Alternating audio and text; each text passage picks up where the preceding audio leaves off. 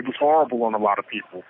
And the reason it spread so rapidly here at San Quentin is that in the beginning, if you reported that you had a temperature or you had a high fever or whatever, they would remove you from the building and place you in Ad Sed. And that had to do with taking your property, inventorying your property or whatever. And the procedure on everything that you had to go through was the same as if you had committed a crime. So a lot of people stopped reporting that they were feeling sick.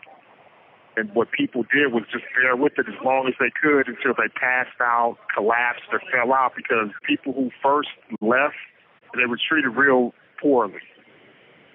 And so people who were sick wouldn't report being sick, because it would be a punishment if you reported being sick. This is a few words on not just my feelings, but the words of quite a few people together.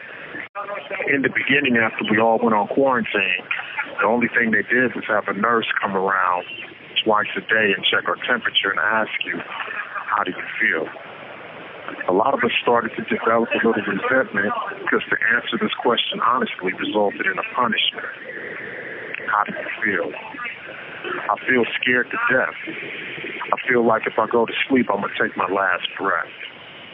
I feel like I'm in a death camp and I'm trapped in fear for my life.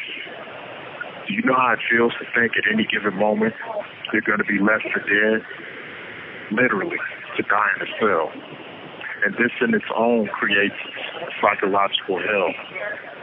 Now, I'm a convict, and I've been locked up over 2 decades, and I've experienced every type of fight. But I could have never imagined this type of fright, not knowing if I'm going to die in the middle of the night. It stresses my brain, and I'm in the back of my cell, balled up in pain. And the continuous thought causes me to cry, wondering if in my sleep, am I going to die? And they want to ask you, how do you feel? I feel abandoned. I feel like those dogs in the shelter in the back, in those cages waiting to be euthanized. I feel every depth of despair with the lethal virus transmitted by air. I feel like if I go to sleep, I'm going to take my last breath.